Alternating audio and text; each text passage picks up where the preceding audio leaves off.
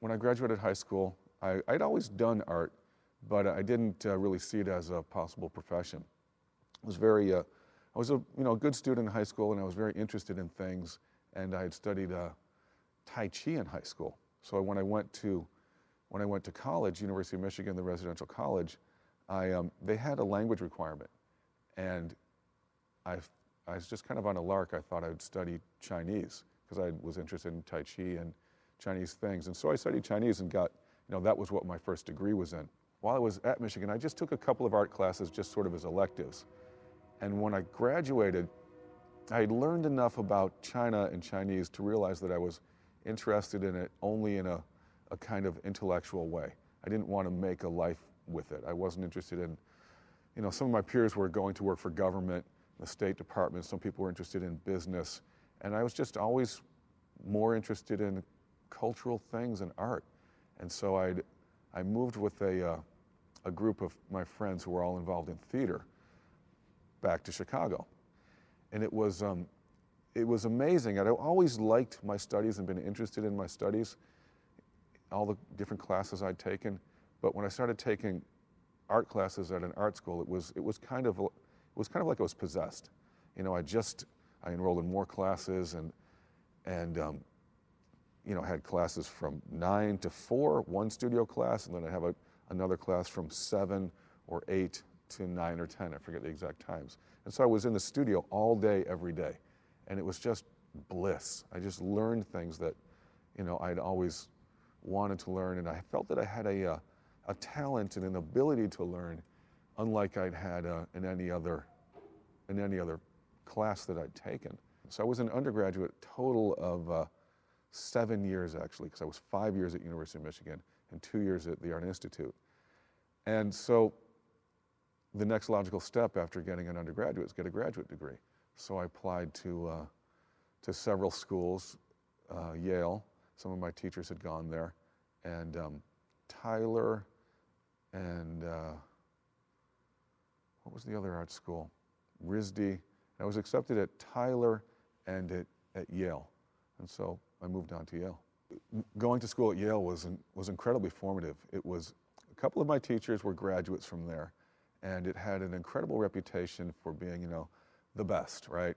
And that a lot of great artists had gone there. In the 60s, Richard Serra had gone there. Lots of really top-level artists had graduated from Yale. So there's a long history, and it was an incredibly competitive, tough-minded, tough environment where the expectations for everything just went way up instantly. There were a class of 23 people, so roughly 40 in the 2 years, and it was a completely self-directed program. You would have to take 1 or 2 classes per semester, and the rest of your credits were all just what you did in your studio, and you had to produce. Teaching is just a great way to sustain yourself as an artist. On just the practical level, it's great, but it's also sustaining because of the interaction you have with people.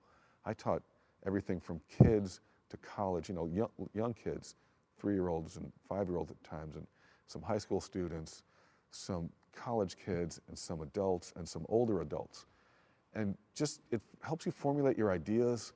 You meet people excited about art. If you contrast a BFA with a BA, there's no question that a BFA you get a stronger studio skills. We have, say, 9 to 10 studio classes out of a 13-course major. A BFA will have three times that easily. So a BFA, you'll get more studio time.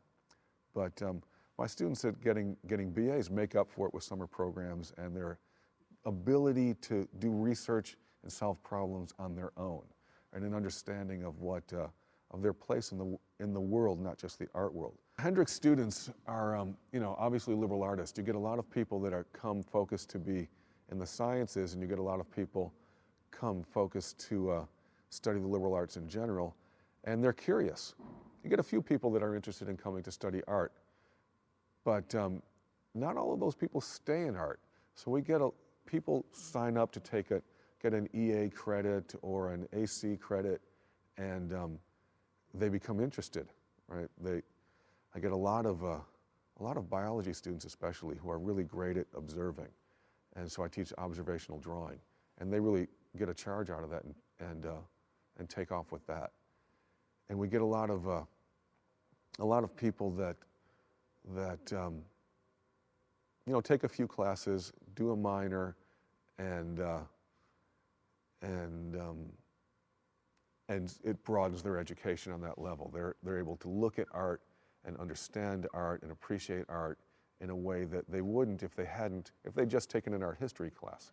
The act of actually making something physical is new to some people. And that's really the best way, in my opinion, to understand a work of art, is to have the experience of what it takes to make something, to look, to observe, to respond to what you've created and rework it. It's a unique process. And so I think that's essential for a liberal arts education.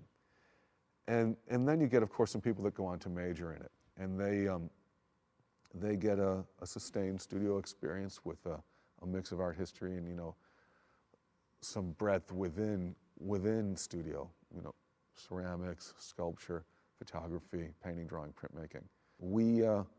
They do a lot of summer programs. I've sent some people to New York and Italy and I've got a group of people, hopefully that'll go to France this summer if they're accepted and they get funding to study painting. And those students, they go on and they get their MFAs and some of them become artists.